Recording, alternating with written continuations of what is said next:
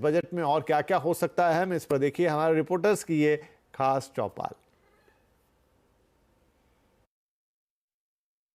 मोदी सरकार के तीसरे कार्यकाल का पहला बजट पेश किया जा रहा है। ऐसे समय बजट पेश किया जा रहा है जब अर्थव्यवस्था में मांग पैदा करना एक सबसे बड़ी चुनौती है। ऐसे समय में बजट पेश किया जा रहा है जब रोजगार पैदा करना एक सबसे बड़ी चुनौती है।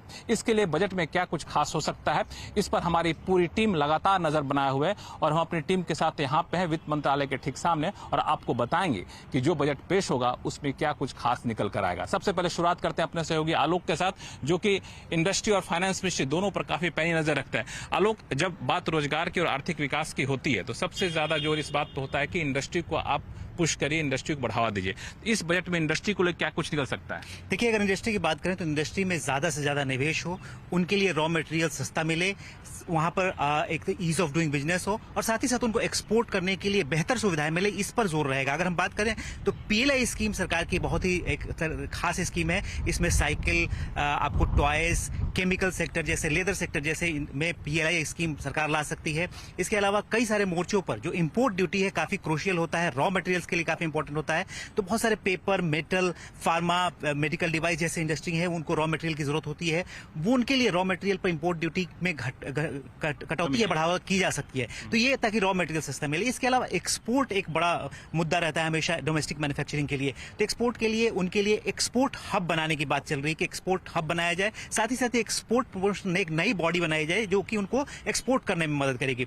इसके अलावा उनको कई तरह के और इंसेंटिव दिए जा सकते हैं मार्केटिंग वगैरह के लिए। और साथ ही साथ अगर बात करें ईज ऑफ डूइंग बिजनेस के मोर्चे पर, तो बहुत सारी जो डोमेस्टिक चीजें हैं उनमें उनको ईज ऑफ डूइंग बिजनेस दिया जाएगा। और उनके लिए जैसे डीप टेक पॉलिसी है, स्टार्टअप काफी बड़ा रोजगार देने वाला सेक्टर है, वहां पर डीप टेक पॉलिसी नई ऐलान की जा सकती है। तो इस तरह के कदम सरकार उठा सकती है, इसमें रोजगार भी ज्यादा मिले, एक्सपोर्ट भी हो और इंडस्ट्री को भी फायदा मिले। ये काफी बड़ी बात है कि इंडस्ट्री को बढ़ावा दिया जाएगा ताकि रोजगार के नए मौके पैदा हो। रोहन सिंह, जो कि इंफ्रास्ट्रक्चर पर काफी पैनी नजर रखते हैं, एविएशन सेक्टर पर नजर रखते हैं, इंफ्रास्ट्रक्चर पर बढ़ावा देने से कई सारे सेक्टर को खुद ब खुद बढ़ावा मिल जाता है। तो इंफ्रास्ट्रक्चर को लेकर के क्या कुछ संभावना जताई जा सकती है? जी, इस बार भी इंफ्रास्ट्रक्चर का जो पुश है वो बरकरार रहेगा। एक मॉडेस्ट इंक्रीज आप 10 से 15% का देख सकते हैं। रोड ट्रांसपोर्ट के लिए खासतौर पे 15,000 किलोमीटर के प्रोजेक्ट्स की घोषणा की जा सकती है। इसमें कुछ ग्रीनफील्ड प्रोजेक्ट भी होंगे। इसके अलावा जो बड़े शहर है, भीड़ भाड़ वाले शहर है, वहां ट्रैफिक से निजात के लिए, पॉल्यूशन इंजीनियर के लिए रिंग रोड की घोषणा की जा सकती है।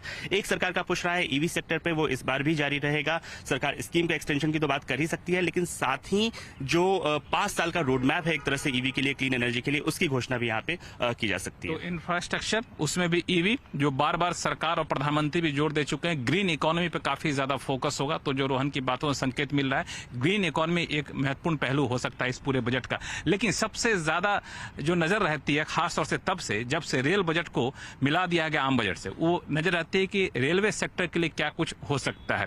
तो दीपाली है, रेलवे सेक्टर को सालों से कवर कर। दीपाली, रेलवे के मुसाफिरों के लिए क्या कुछ खास मिलने वाला है या फिर रेलवे कंपनियों के शेयर धारकों के लिए क्या कुछ खुशखबरी आ सकती है? जो बिल्कुल सरकार का फोकस रहेगा किस तरह से निजी निवेश बढ़ाया जाए रेलवे में, क्योंकि सरकार चाहती है कि बड़े पैमाने पर इंफ्रास्ट्रक्चर एक्सपेंशन हो। खासतौर पर अगर हम डेडिकेटेड फ्रेट कॉरिडोर की बात करें तो उसको पेसअप किया जाए। इसके अलावा जो कोचेस की संख्या है उसमें बढ़ोतरी देखने को मिले और साथ ही जो एक महत्वाकांक्षी प्रोजेक्ट है बुलेट ट्रेन, उसके नए कॉरिडोर्स का अनाउंसमेंट यहाँ पर किया जा सकता है। एलोकेशन जाहिर तौर पर 20% तक बढ़ता हुआ यहाँ पर दिखाई देगा। लेकिन जो सबसे बड़ा फोकस हमें जो सूत्रों से जानकारी मिल रही है वो ये रहेगा कि यात्रियों के लिए जो रेल का सफर है उसे किस तरह से सुरक्षित बनाया जाए, क्योंकि पिछले कुछ दिनों में हमने देखा है 2 से 3 बड़े दर्दनाक हादसे हुए हैं। ऐसे में जो रेलवे की तरफ से कवच इंस्टॉलेशन था उसकी लेट लतीफी पर यहाँ पर सवाल उठे हैं। तो कवच के लिए 5 से 6 हजार करोड़ रुपए अलग से एलोकेट यहाँ पर वित्त मंत्री करती हुई दिखाई दे सकती है। तो इसमें रेलवे के अलावा एक और चीज आपसे पूछूं, उसके बाद आसिम के पास जाऊंगा, वो है हेल्थ सेक्टर। क्योंकि आर्थिक सर्वे में भी हेल्थ सेक्टर पे, खासतौर से मेंटल हेल्थ पे काफी जोर दिया गया है।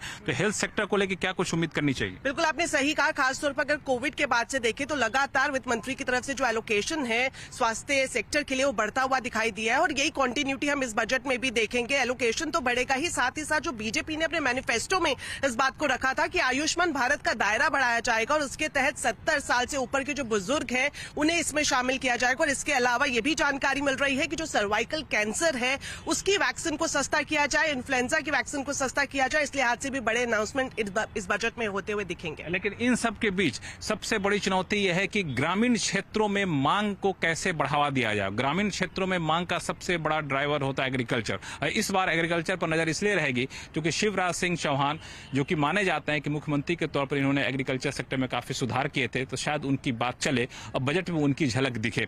तो असीम एग्रीकल्चर सेक्टर को कवर करते हैं। असीम, क्या लग रहा है, एग्रीकल्चर सेक्टर पर बजट में फोकस रहेगा? डेफिनेटली एक बड़ा फोकस आपको एग्रीकल्चर सेक्टर के ऊपर ही दिखाई देगा। किसान सम्मान निधि बढ़ाने की बात हो रही है, लेकिन इस बार आपको शायद वहां पर कोई बढ़ोतरी होती हुई दिखाई ना दे। दूसरी सबसे बड़ी बात, यहाँ पर एक डिजिटल एग्रीकल्चर मिशन की शुरुआत आप होती हुई देख सकते हैं, यानी कि सरकार रिफॉर्म्स करेगी। जो भी राज्य रिफॉर्म्स करेंगे उनके लिए एक बड़ा फंड का अनाउंसमेंट होगा और उनको उस रिफॉर्म्स के हिसाब से ये फंड रिलीज किया जाएगा। तीसरी सबसे बड़ी बात, जो कृषि क्रेडिट कार्ड है, अभी आपको 3 लाख का लोन मिलता है, उसके अंदर बढ़ा करके 5 लाख तक का लोन जो है वो किया जा सकता है। बिना कोलेटरल के आपको 1,60,000 तक का लोन मिलता है, उसको बढ़ा करके 2.5 लाख तक का किया जा सकता है। सबसे बड़ा फोकस सरकार का क्रॉप डाइवर्सिफिकेशन के ऊपर रहने वाला।